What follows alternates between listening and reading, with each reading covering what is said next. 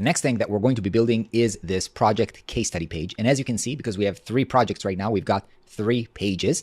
However, the beautiful thing about using a CMS is we're not going to have to create 3 pages, or in case they have 100 projects, 100 pages. We're just going to design one template, and the content is going to change based on the dynamic content. So from the pages panel, you'll be able to see that we actually have CMS collection pages, and we've got 2 of them because we've got 2 collections. We've got one for colors and one for project. However, we're not going to use the colors because we don't need a specific page for each color, but we do need a specific page for each template. Now, when I'm going in here, I can't start this from the template that we created here. So I'm going to have to copy and paste actually the normal structure of the page. So I copy that from the template and I've pasted it right here. Now, here's a special thing that you can see right here at the top, which is basically you can see that we're now seeing a project template page, and the data that we're currently be seeing and working with is from the project Chromatic Vision. But if we want to see how the page looked like for other projects, we can switch right here from the top to a different page. Okay, so let's get started. The first thing that I see on this page is that actually each one of these pages has a different background color that is being pulled from the CMS. So let's start by going into the body and giving this a class on top of the regular body, right? Let's call this projects body. And what we're going to do is we're going to go to the setting. We already saw how to do this. We're going to pull the background color from the projects, and we're going to select the projects. Now we're pulling the purple from the Chromatic Vision, but of course we can go ahead and choose a different project just to see that we're going to get a different background color. Fantastic. All right, what else do we have here? First of all, we have, of course, a section, and inside the section, we actually have the same situation here where we don't have a hero, so we can reapply the class that we got to the section here, top section, so that the content here is going to be pulled down. Now note, as I'm clicking on the style selector, it's already suggesting me the combo class top section. So pulling that, that's pushing the content a little bit. Fantastic. Next. So here at the top, we can see that we actually have this kind of like 3 columns, name, description, and then all of these, all of this information. So we can actually use a grid for that. This is a 3-column grid, but they're not equally spaced out. And we already saw how we can do this. So let's go ahead and add a grid. I'm going to hit Command E and add a grid into our container. And let's give this a class. We'll call this project case study. Let's do project case study. Let's call this info. And let's change the columns to 3 columns and only 1 row. And let's actually hit this edit grid just so that we get this UI that allows us to change how it looks like. So from here, we can see that basically half of it needs to be this crowned realm. And then this one is split in 2. This is probably double than this. So let's say if this is 1x, this is 2x, and this is probably 4x. Let's see if we can basically drag to create something similar. So this is now 2FR on the left side, 1FR. Let's change this to, okay, fantastic. So now we have half FR, double this is 1FR, and double this is 2FR. So this is exactly what we have. We have, let's say, size of 1x, 2x, and 4x, which is the right sizing that we want. Fantastic. Okay, I can start bringing in information. This is H1, the heading, and then a text block for the description. So let's hit Command E to bring in an H1, and then pulling in the text dynamically from the project name. This is great.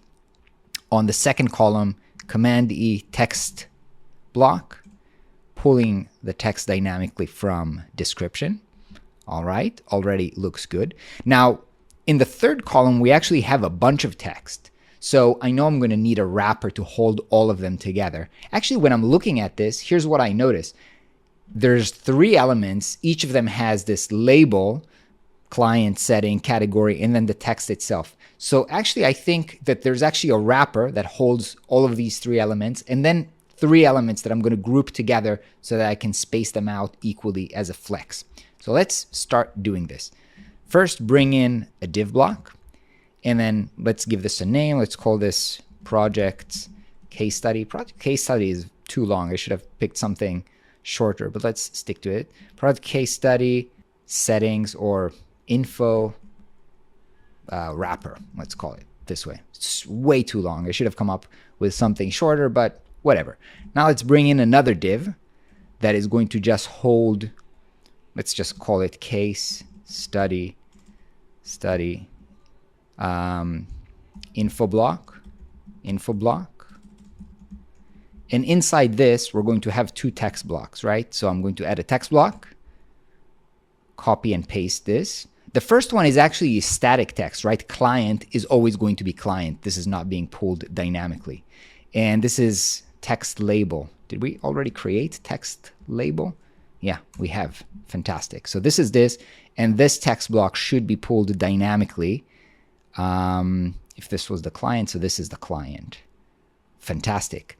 Now, since I've wrapped these two elements together in this case study info block, I can copy and paste that 3 times. So copy, Command C, paste, paste. And then I can go to their wrapper, this case study info wrapper, turn that into a flex, display flex, direction top to bottom, and then add a little bit of a gap between them. Okay, fantastic. This is exactly what I wanted. Maybe even less space, and we can just change the text. This is going to be settings, and I'm going to pull in the text here instead of text. Let's go to camera settings. And the last one was category, pulling in from the category. Fantastic. Okay, so we've created all of this dynamic information. Reminder, if we switch to another page, we're going to see that all of this information is now changing. Fantastic. Okay, the next element that we have is this photo grid. So how do we add this? Now, previously, when we had a list of CMS items, we've added a collection list. Now, if I'm going to add an image, it's just going to be a single image. So actually, what I'm going to do is add another collection list to this container. Collection list.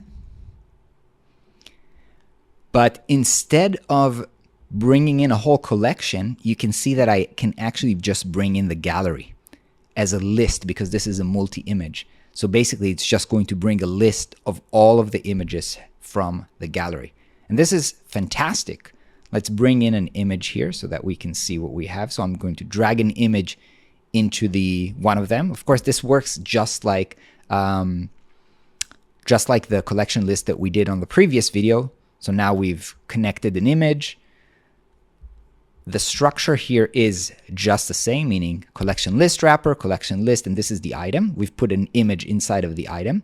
And to create this grid, we'll have to select the wrapper, which is, if this is the collection item, this is the wrapper, and turn that into a grid. So let's call this case study image grid, and just turn the display here into grid.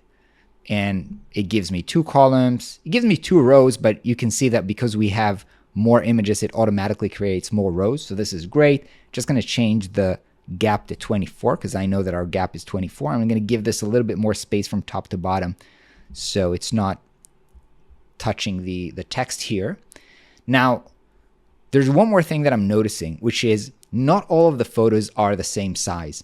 So I think what I'm going to do is I'm going to force them into a specific size, which is probably the minimum size that I'm going to recommend clients to upload images. So I'm going to eyeball this based on this image, which is obviously shorter than the other one. First of all, let's give this a class. Let's call this case study image. And of course, all of the other images are getting this class because this is an item that is repeating each other. And let's give this just a specific height, 600 pixels, for example. And then width, 100%. Of course, we want this to fill up the whole space. And we don't want this to be squeezed. We just want this to be cropped. So let's open up the options that we have here and fit, set this to cover. Now the results that we're getting, well, the images are a little too rectangular. Maybe 700 we can do here. Yeah, maybe 700 gives it a little bit better ratio. This works well. The last thing we can do is add round corners on top of the image. And with that, we have finished the case study page, which is dynamically changing based on each project in the CMS.